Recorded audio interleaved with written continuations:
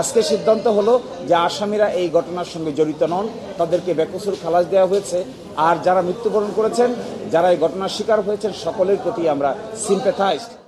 যে কনফেশনগুলো করা হয়েছিল স্বীকারোক্তিমূলক জবানবন্দি, 12টা স্বীকারোক্তিমূলক জবানবন্দি, আদালত বলেছেন এই স্বীকারোক্তিমূলক জবানবন্দিগুলো মোটেও নির্ভরযোগ্য নয়, এগুলোকে সাক্ষ্য হিসেবে বিবেচনা করেননি।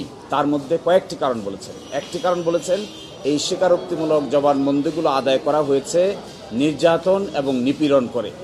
দ্বিতীয় কারণ বলেছেন যে স্বীকারোক্তিমূলক জবানবন্দিগুলো আদায় করার আগে কোনো ম্যাজিস্ট্রেটের আদেশে তাদেরকে পুলিশ কাস্টাডিতে নেওয়া হয়নি, তাদেরকে নেওয়া হয়েছিল টিএফআই সেলে, টাস্ক ফোর্স ইন্টেলিজেন্সে, কোনো আইনি স্যাংশন করা ছাড়াই, কোনো বিচারিক আদেশ ছাড়াই। আরেকটি বলেছেন একদিনে 3টা কনফেশন রেকর্ড করা হয়েছিল। একই ম্যাজিস্ট্রেট একদিনে 3টা কনফেশন রেকর্ড করেছেন, যা প্রতিটা কনফেশন 36 পৃষ্ঠার। আদালত সেটাও বলেছেন যে এটি আইন দ্বারা কখনো স্বীকৃত নয়।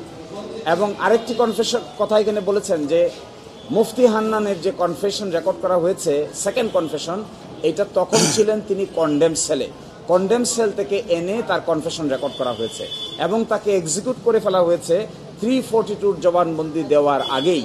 সকল আসামির যখন 342 জবানবন্দি শুরুর কথা, এই সময় মুফতি হান্নানকে মৃত্যুদণ্ড কার্যকর করা হয়েছে। ফলে মুফতি হান্নানের 342 স্টেটমেন্ট এই মামলায় আসতে পারে নাই।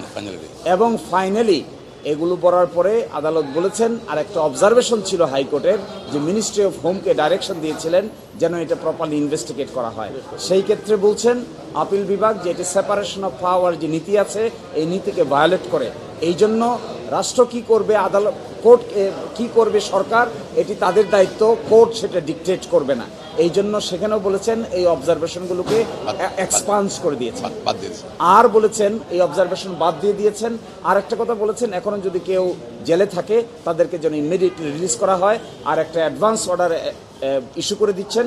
অ্যাডভান্স অর্ডারের ভিত্তিতে জেলের ভিতরে কেউ থাকলে তাদেরকে যেন সেট এট ফোর্থ লিবারেটি দেওয়া হয়। এটি ছিল অবজারভেশন।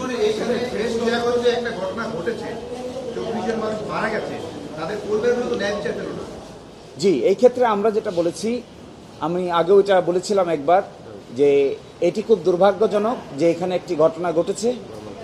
যারা ভিকটিম ছিলেন তাদেরও যেমন ন্যায় বিচার পাওয়ার অধিকার আছে, ঠিক একইভাবে যারা আসামি হবেন তাদেরকেও আপনি যেভাবে ইচ্ছে এভাবে সাজা দিতে পারবেন না।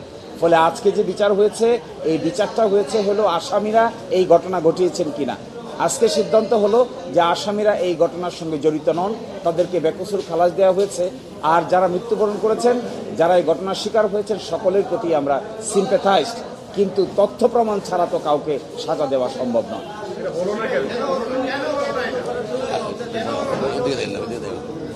নতুন করে তদন্ত করার যে আদেশটা দিয়েছিলেন, এটা আজকে আপিল বিভাগ বললেন এটা এক্সপান্স করে দিয়েছেন। এক্সপান্স করেছেন এই জন্য যে এটা আদালতের কাজ না। এটা যদি আদালত বলে দেয় তাহলে সেপারেশন অফ পাওয়ার, রাষ্ট্রের অঙ্গগুলোর মধ্যে যে পৃথকীকরণ নীতি, এই নীতির ভায়োলেশন হবে। এই কথা বলে সেই অংশটুকুকে এক্সপান্স করে দিয়েছেন।